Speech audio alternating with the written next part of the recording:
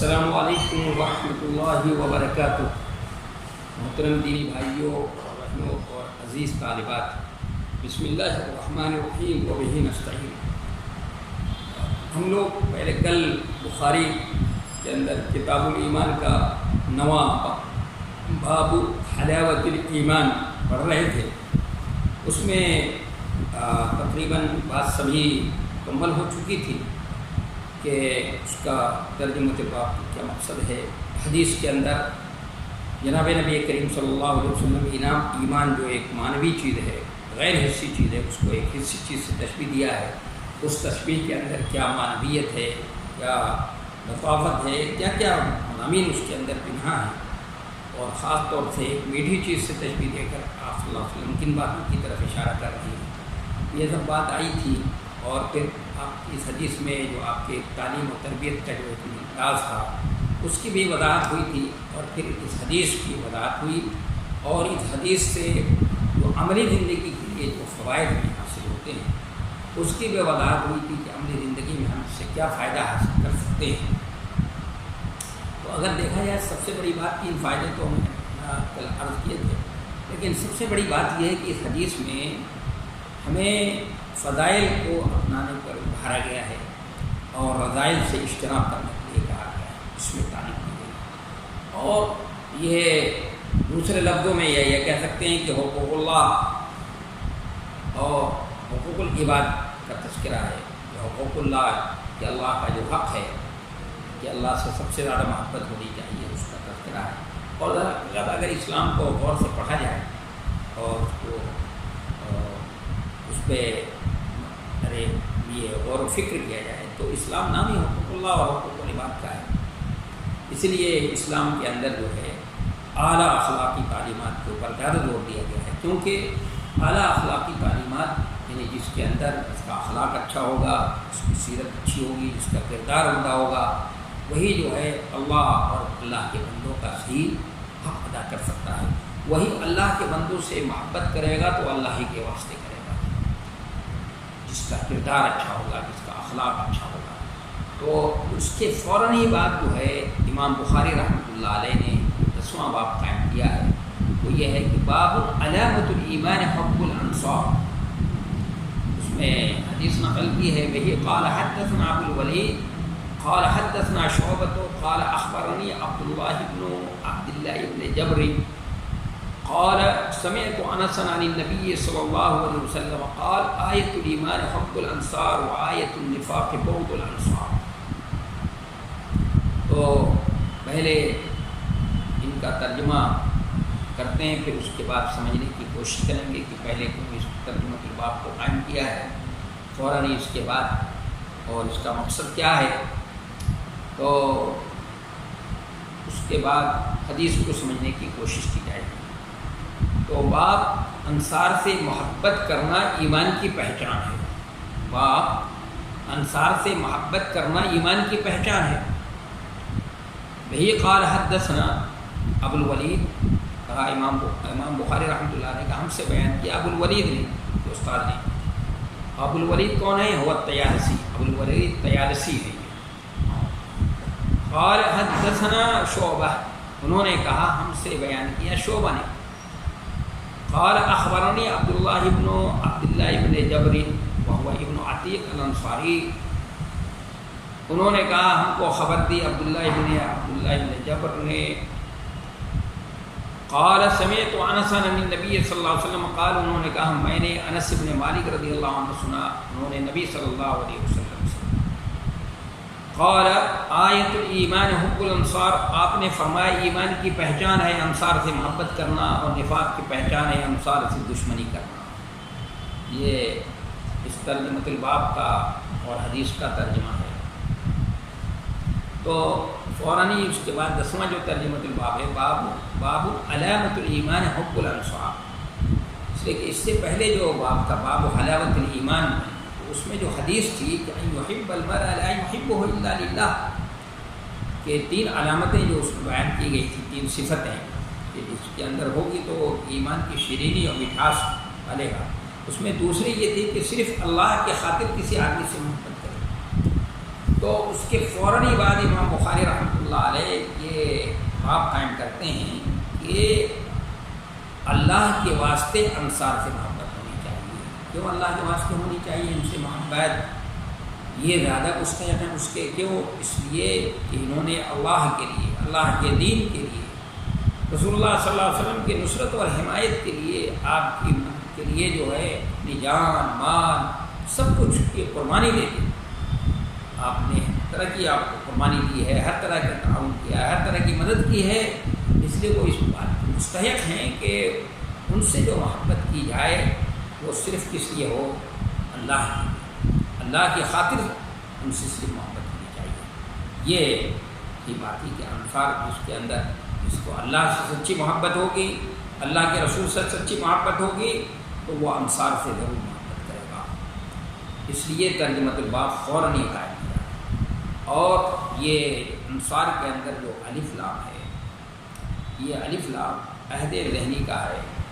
اس سے پہلے بھی الف لام عہد ذہنی کا گزر باب حب الرسول من الایمان علامات الایمان جو کہا گیا تھا. تو رسول کے اندر بھی الف لام عہد ذہنی کا ہے. رسول سے کون سے رسول مراد ہیں؟ خاتم الانبیاء صلی اللہ علیہ وسلم، حضرت محمد صلی اللہ علیہ وسلم مراد ہیں. تو یہاں انصار سے کون سے انصار مراد ہیں؟ رسول اللہ صلی اللہ علیہ وسلم کے انصار.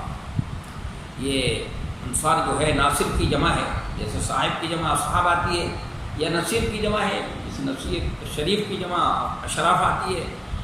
اور ان کو یہ انصار جو ہیں قبیل اوس اور خزرج کے لوگ ہیں کہ ان کو پہلے زمانے جاہلیت میں بنو قیلہ کہا جاتا تھا. یہ اصلاً یمن کے رہنے والے ہیں، قحطانی ہیں اصلاً یہ لوگ. وہاں سے بند کے ٹوٹنے کی وجہ سے یا تلاش معاش میں یہ جزیرۃ العرب کے مختلف علاقوں میں قحطانی لوگ پھیل گئے تھے. تو اوس اور خزرج کے لوگ جو ہیں یہ آ کر مدینہ منورہ میں آباد ہو گئے تھے. تو ان کو بنو قیلہ کہا جاتا تھا. تو رسول اللہ صلی اللہ علیہ وسلم پر یہ ایمان لے آئے اور انہوں نے آپ صلی اللہ علیہ وسلم کی ہر طرح سے مدد کی. تو رسول اللہ صلی اللہ علیہ وسلم نے سب سے پہلے ان کا نام انصار رکھا. یہی نام ان کی اولاد کا، افات کا اور موالی پر بھی بولا جاتا ہے. یہ لقب ان کو اس لیے دیا گیا کہ انہوں نے نبی صلی اللہ علیہ وسلم اور آپ کے ساتھیوں کو پناہ دی تھی، غمخواری کی، جان و مال کی قربانی دی. ان کی اسی نصرت اور اخلاق کے کریمانے کی وجہ سے آپ نے فرمایا انصار سے محبت کرنا ایمان کیا نام ہے. انصار ان کو آپ نے دیا. اور جیسے حضرت عیسیٰ علیہ السلام نے کہا تھا من انصاری اللہ قال الحواریون نحن انصار اللہ. بھائی کون میرے من انصاری اللہ، اللہ کے لیے کون میری مدد کرے گا؟ کہا نحن انصار اللہ. تو وہ انصار اللہ تھے. حضرت عیسیٰ علیہ السلام کے حواری جو ہے انصار اللہ تھے. تو آپ کے حواری جو ہیں یہ بھی انصار کہلائے. آپ نے ان کو انصار کا لقب دیا. تو یہ بھی انصار ہیں، قبیلے اوس اور خزرج کے لوگ. ان کو پہلے بنو قیلہ کہا جاتا تھا، لیکن اب یہ انصار کے نام سے جانا پہچانا. تو باب علامت الایمان حب الانصار. تو کہ انصار سے محبت کرنا ایمان کی پہچان ہے، ایمان کی علامت ہے. یہ نبی علیہ یہ امام بخاری رحمۃ اللہ علیہ کا ترجمۃ الباب ہے. تو کسی کو یہ اعتراض ہو سکتا ہے کہ بھائی تو معلوم ہوتا ہے جس سے کہ جس کو انصار سے محبت ہوگی، یعنی یا ترجمۃ الباب سے تو یہ معلوم ہوتا ہے کہ انصار سے محبت نہیں ہے تو مومن نہیں ہے. یعنی ایمان کی علامت کیا ہے؟ انصار سے محبت. اور ابھی پھر حدیث پڑھیں گے تو اس سے بھی یہی بات معلوم ہو رہی ہے کہ آیت الایمان حب الانصار، کہ ایمان کی پہچان انصار سے محبت کرنا ہے. جیسے کہ ابھی ترجمہ کیا تھا. تو اس کا جواب یہ ہے کہ دو جواب دیا جا سکتا ہے کہ حب الانصار کو ایمان کی علامت کہا گیا ہے، اور علامت خاصے کی ہوتی ہے. اس میں اعتراض بھی ہوتا ہے کہ انعکاس نہیں ہوتا. یعنی جہاں یہ علامت ہوگی وہاں ایمان ہوگا، صحیح ہے، لیکن ضروری نہیں ہے کہ جہاں یہ علامت نہ ہو وہاں ایمان بھی نہ ہو. ایسا نہیں ہوتا. جیسے اس طرح کی باتیں گزر چکی. یعنی کامل درجے کا مومن جو ہوگا اس کے مومن کی پہچان ہوگی، کامل درجے کے مومن کی پہچان ہوگی. صحیح معنوں میں جس کو اللہ سے سچی محبت ہوگی وہ انصار سے محبت ہوگی. یہ اور دوسرا یہ کہ یہ حسر حقیقی نہیں ہے. یعنی آیت الایمان حب الانصار کہہ کر یا علامت الایمان حب الانصار جو ترجمۃ الباب میں ہے، حسر ادعائی یہ حقیقی نہیں ہے، حقیقی نہیں ادعائی ہے، اور اس سے مبالغہ مقصود ہے. ہر صورت تو یہ ترجمۃ الباب قائم کیا اور دائرۂ محبت میں کمی اور زیادتی ہوتی ہے، اس سے پہلے بات گزر چکی ہے، محبت میں کمی اور زیادتی ہوتی ہے، تو اس سے امام بخاری رحمۃ اللہ علیہ کا مدعا بھی کیا ہے، ثابت ہوتا ہے کہ ایمان، نفس ایمان کے اندر کمی اور زیادتی ہوتی ہے، اور اس طرح مرجیہ کی تردید ہو جاتی ہے۔ تو مرجیہ جو ان کو بہت لمبی دور کے بعد ان کو بڑی سیاسی طور پر بھی بڑی تقویت حاصل تھی، اور اس طرح سے بڑے کرو فرق کے ساتھ رہتے تھے، اور اس طرح اپنی فکر کو انہوں نے عام کرنے کی کیا کی کوشش کی تھی۔ لیکن امام بخاری رحمۃ اللہ علیہ نے پورے شد مت کے ساتھ پوری طاقت اور قوت سے ان کے اس کے اندر کتاب کے اندر کیا کی ہے، وہ تردید کی ہے کہ ان کا یہ نقطہ نظر بالکل غلط ہے۔ تو یہ ہمارے سامنے یہ حدیث ہے، اس کا ترجمہ ہے کہ آیت الایمان حب الانصار، کہ ایمان کی پہچان ہے انصار سے محبت کرنا، اور نفاق کی پہچان ہے انصار سے دشمنی کرنا۔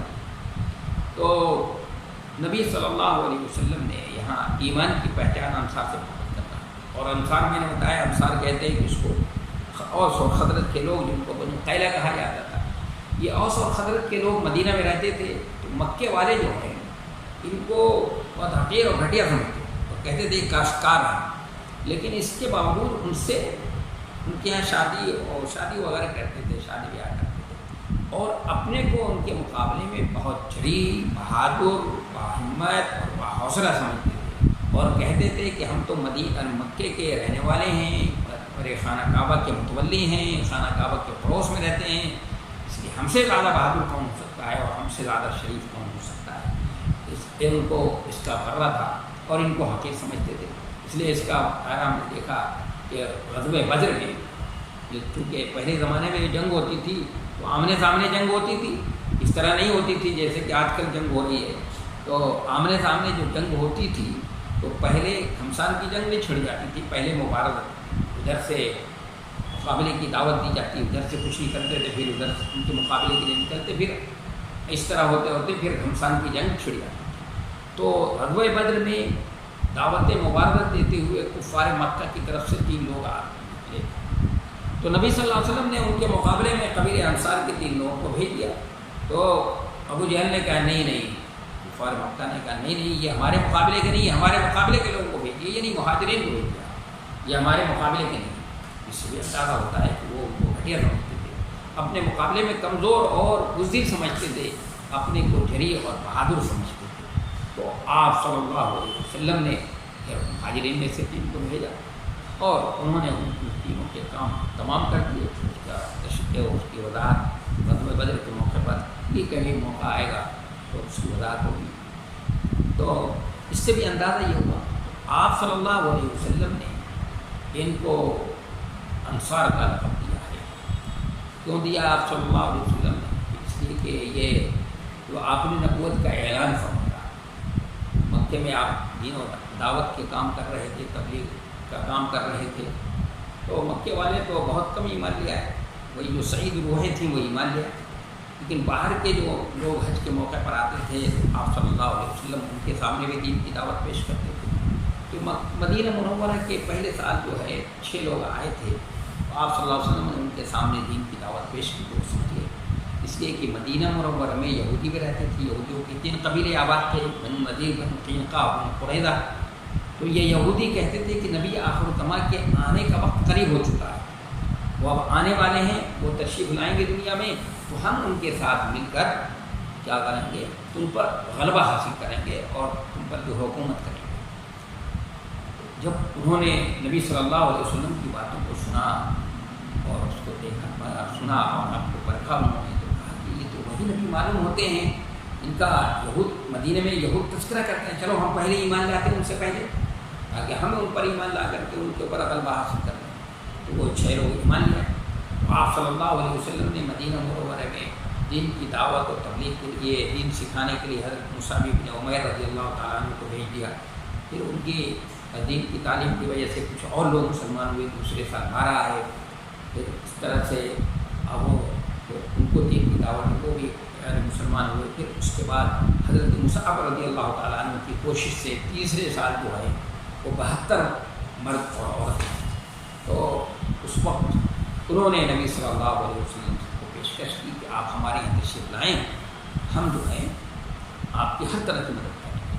تو خبر ثانیہ مشہور ہے کہ رات کی تاریکی میں مکہ مکرمہ سے باہر بہت ہی خفیہ انداز میں وہ میٹنگ ہوئی. اس میں حضرت عباس بھی شریک تھے جو ابھی مسلمان نہیں ہوئے. تو جب قریش انصار نے پیشکش کی تو حضرت عباس نے کہا جانتے ہو تم جو پیشکش کر رہے ہو جو ان کو بلا رہے ہو اپنے یہاں یا اگر تمہارے یہاں پہنچیں گے تو پورا قریش جو ہے وہ قریشی نہیں بلکہ پورا جزیرۃ العرب کے یا عرب جو ہیں یہ سب تمہارے دشمن ہیں. کیا سب کی دشمنی یہ سب سے مقابلے کی طاقت رکھتے ہو؟ سب کا مقابلہ کر سکتے ہو؟ کیا اتنی جرأت ہے ہمت ہے تمہارے؟ تو انہوں نے اس ہمت اور حوصلے کے ساتھ جواب دیا ہے. حضرت عباس سمجھ گئے کہ یہ مسلمانوں نے اپنی جو بھی کہہ رہے ہیں جو پیشکش کر رہے ہیں اس میں سچے ہیں. تو انہوں نے کہا ٹھیک ہے تمہارے یہاں چلے جائیں گے. تو آپ صلی اللہ علیہ وسلم نے صحابہ کرام کو ہجرت کرنے کی اجازت دے دی کہ آہستہ آہستہ خفیہ طور پر یہاں سے مدینہ منورہ ہجرت کر رہے ہیں. تو آپ کے صحابہ کرام آہستہ آہستہ ہجرت کرنے لگے. حضرت عمر فاروق رضی اللہ تعالیٰ عنہ نے صرف اعلانیہ ہجرت کی. جب ہجرت کرنے کا ارادہ کیا انہوں نے تو پھر سامان رکھا اوپر گھوڑے پر اور مسلح ہو کر آئے, طواف کیا. سب کفار مکہ بیٹھے ہوئے ہیں. ان کے سامنے کہا کہ جس سے اپنی بیوی کو بیوہ کرنا ہو, اپنے بچوں کو یتیم کرنا ہو, مجھ سے فلاں وادی نہیں. لیکن کسی کی ہمت نہیں ہوئی کہ ان سے مقابلہ کرتا, ان کے مقابلے میں آتا. ترنت وہ ہجرت کر کے مدینہ منورہ پہنچ گئے. نبی علیہ الصلوۃ والسلام اجازت کے انتظار میں تھے کہ آپ کو اجازت مل جائے تو آپ ہجرت کریں. حضرت ابوبکر صدیق کو بھی روکے رکھا تھا آپ نے, اور حضرت علی رضی اللہ تعالیٰ عنہ کو بھی ایک مصلحت کے طور پر ان کو بھی روکا تھا. تو وہ بھی صرف وہ رہ گئے اور نبی صلی اللہ علیہ وسلم اور ابی بکر صدیق کے گھر کے بس. اور بقیہ صحابہ کرام جو بھی مسلمان تھے سب ہجرت کر کے مدینہ منورہ پہنچ گئے تھے, کیونکہ آپ صلی اللہ علیہ وسلم اجازت کے بغیر سے ہجرت نہیں کر سکتے تھے. آپ اللہ کی اجازت ہوگی ابھی ہجرت کریں گے. حضرت یونس علیہ السلام نے اللہ کی اجازت سے پہلے ہجرت کی تو ان کی پکڑ ہو گئی. اس لیے آپ صلی اللہ علیہ وسلم اس کے انتظار میں تھے. اور جب دن آپ کو اجازت ملی ہے دوپہر میں تو آپ نے حضرت ابوبکر صدیق کو اطلاع دی اور یہ کہا کہ ہجرت کی اجازت مل چکی ہے اور یہ رات میں ہجرت کرنی ہے. تو آپ نے وہ ہجرت کی ہے اور کیسے کی ہے اور کتنی مشکلوں سے کی ہے. لیکن اس ہجرت کا فائدہ کیا ہوگا اس کا بادشاہ کو کافی لکھا ہے وحی اور رسالہ میں جو مقالات کا مجموعہ ہے کہ نبی صلی اللہ علیہ وسلم جیسے جیسے مدینہ منورہ کی طرف بڑھ رہے ہیں ایمان کے اسلام کے دائرے میں وسعت پیدا ہو رہی ہے اور لوگ اسلام میں داخل ہو رہے ہیں.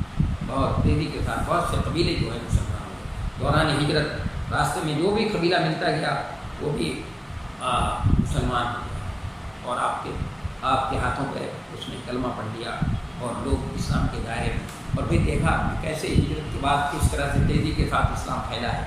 پورے 10 سال کے اندر پورے جزیرۃ العرب کے اندر اسلام پھیل گیا. تو یہ ہوا ہے. تو آپ صلی اللہ علیہ وسلم ہجرت کر کے وہاں پہنچ گئے.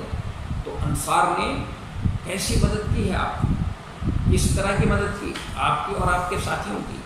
آپ نے جو مواخات کرایا مہاجرین کے درمیان اور انصار کے درمیان, انہوں نے وہ مواخات کا بھائی چارے کا وہ نظیر پیش کی ہے کہ جو انسانی تاریخ اس کی نظیر پیش کرنے سے قاصر ہے.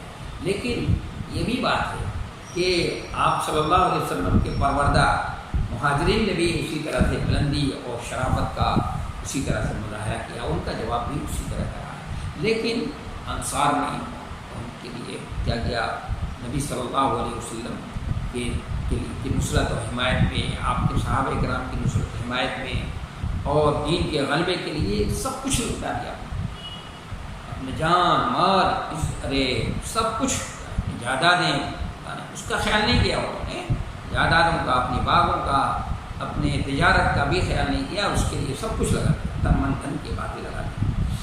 تو اللہ کے رسول صلی اللہ علیہ وسلم نے فرمایا کہ انصار و شیخ عیبتی, انصار میرا بیدا ہے, انصار و کرشی کرش کے حیثیت. اور ایک موقع پر فرمایا کہ انصار و شعار والناس بصار, کہ انصار میرے لیے ایسی ہیں جیسے بال جسم سے لگا ہوا ہوتا ہے, اور دوسرے حیثیت لوگوں کی حیثیت جو ہے وہ کپڑے کی ہے.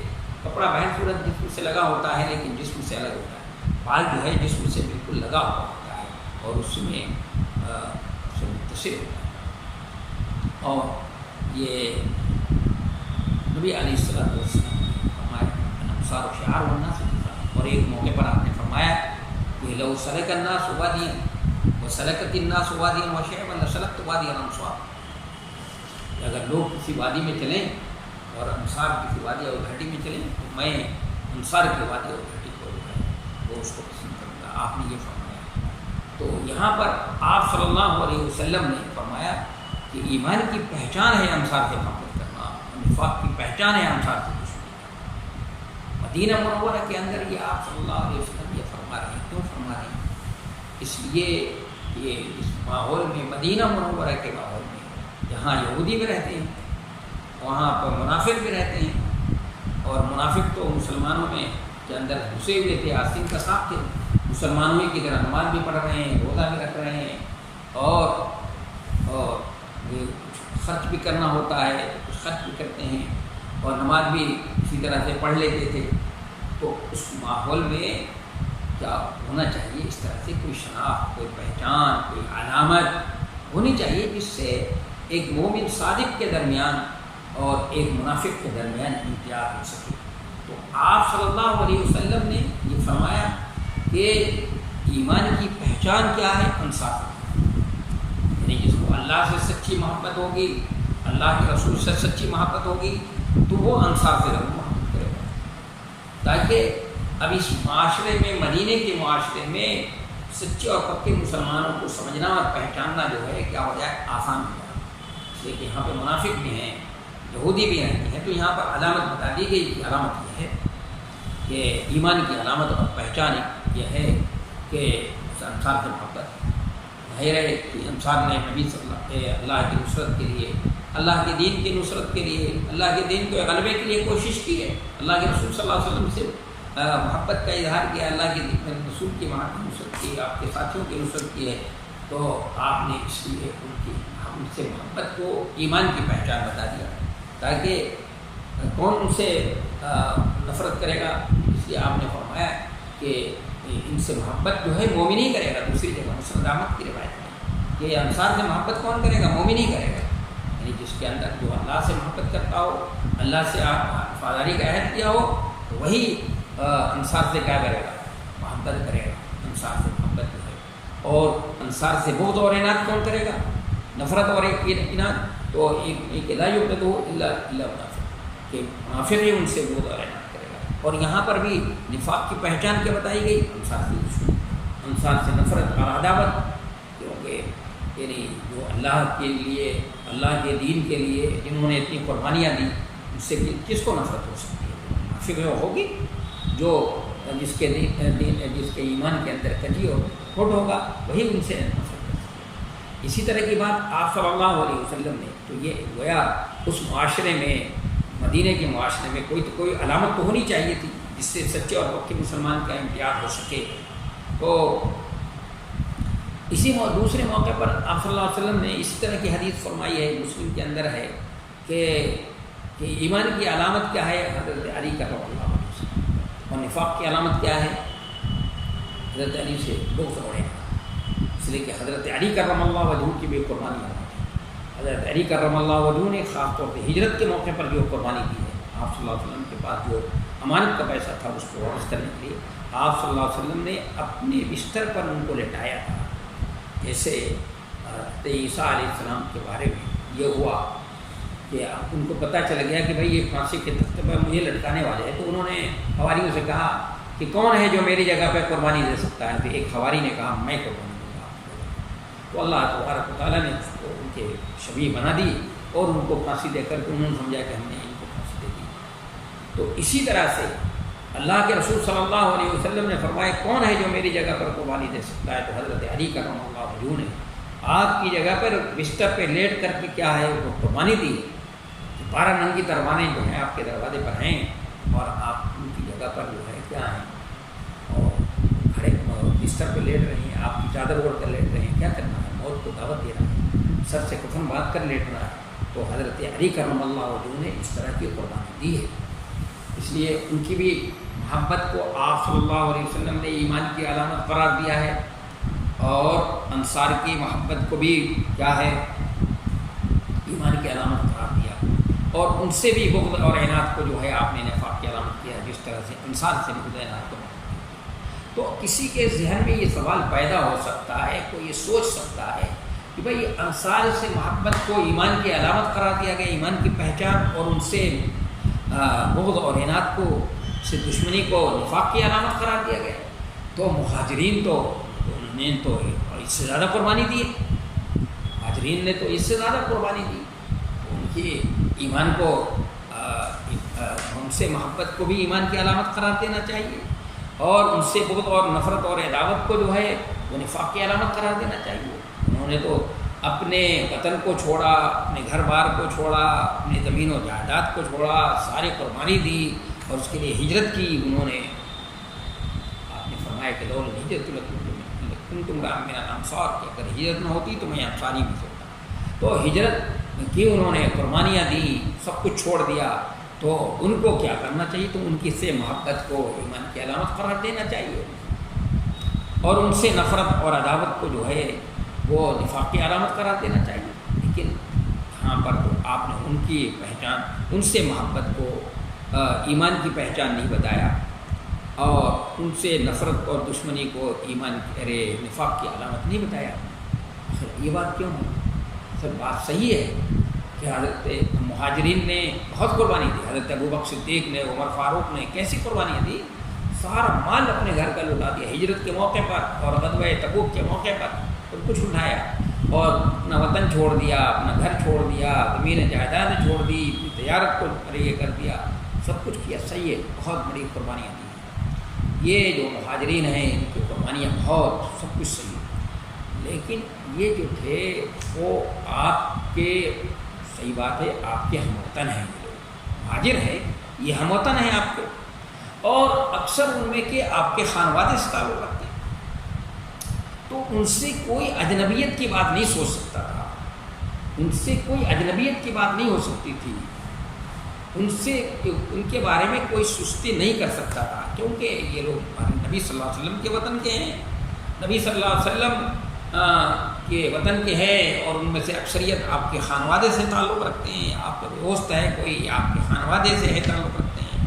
تو ان سے اجنبیت کا معاملہ نہیں ہو سکتا تھا، ان کے ساتھ جو ہے اس طرح کی بے اعتنائی نہیں ہو سکتی تھی۔ اجنبیت اگر ہو سکتی تھی تو ان انصار سے ہو سکتی تھی، ان سے بے اعتنائی ہو سکتی تھی، ان کے کوششوں اور کاوشوں کو، ان کی خدمات کو جو ہے نظر انداز کیا جا سکتا تھا۔ تو اس لیے آپ صلی اللہ علیہ وسلم نے انصار کی محبت کو ایمان کی پہچان بتایا کہ انصار سے محبت کرنا، اور نفاق کی پہچان انصار سے دشمنی کرنا۔ اس لیے کسی کے ذہن میں یہ اشکال نہیں پیدا ہونا چاہیے کہ بھئی یہاں پر مہاجرین کے بارے میں نہیں فرمایا، تو ایک مہاجر کے بارے میں بھی تو فرمایا ہے، تو تحریک کرم اللہ وجہ کے بارے میں، کیونکہ یہاں پر مہاجرین کے سلسلے میں یہ بات نہیں پیدا ہو سکتی تھی، اجنبیت کی بات نہیں ہو سکتی تھی، ذہن میں نہیں سوال آ سکتا تھا۔ تو آپ صلی اللہ علیہ وسلم نے ان کو علامت نہیں قرار دیا یہاں پر اس معاشرے میں، ان سے محبت کو، بلکہ انصار سے چونکہ اجنبیت کی بات تھی، کیونکہ دوسرے شہر کے ہیں، وہ دوسری جگہ کے لوگ ہیں، تو ان سے اجنبیت کی بات ہو سکتی تھی، ان کی بے اعتنائی ہو سکتی تھی، اس لیے آپ صلی اللہ علیہ وسلم نے ان کی محبت کو ایمان کی کیا کیا ہے، علامت قرار دیا ہے۔ تو آخری بات یہ ساتھی اس پر بات کو ختم کرنے سے پہلے کہ اس سے یہ بات سمجھ میں آئی کہ جو لوگ ہمیں، جو عملی زندگی میں ہم کو اس سے فائدہ پہنچتا ہے، وہ یہ کہ جو لوگ دین کی نصرت اور حمایت کے لیے کام کر رہے ہیں، دین کی دعوت و تبلیغ کا کام کر رہے ہیں، جنہوں نے شریعت کی توضیح اور تشریح کی ہے، اور اس کے لیے جو اس طرح کی دین کی خدمت میں اپنے شب و روز لگا رہے ہیں، تو ان سے محبت کرنا یہ ایمان کیا ہے۔ اگر کوئی شخص ایسے لوگوں سے جو دین کی دعوت کا کام کر رہا ہو، دین کی تبلیغ کا کام کر رہا ہو، دین کی غلبے کے لیے کوشش کر رہا ہو، اور ایسے شخص سے کیا کرتا ہے، وہ اعلانات کرتا ہے، تو یہ نفاق ہے۔ اس سے یہ بات سمجھنا، یعنی آج کے دور میں بھی اگر کوئی شخص دین کے غلبے کے لیے کوشش کر رہا ہے، دین کی نصرت و حمایت کے لیے کوشش کرتا ہے، تو اس سے محبت کرنا یہ ایمان کی علامت ہوگی، اور اگر اس سے کوئی نفرت کرتا ہے، اس سے بغض عناد رکھتا ہے، تو یہ نفاق کی علامت ہوگی۔ اور میں سمجھتا ہوں کہ بات جو ہے مکمل ہوگی۔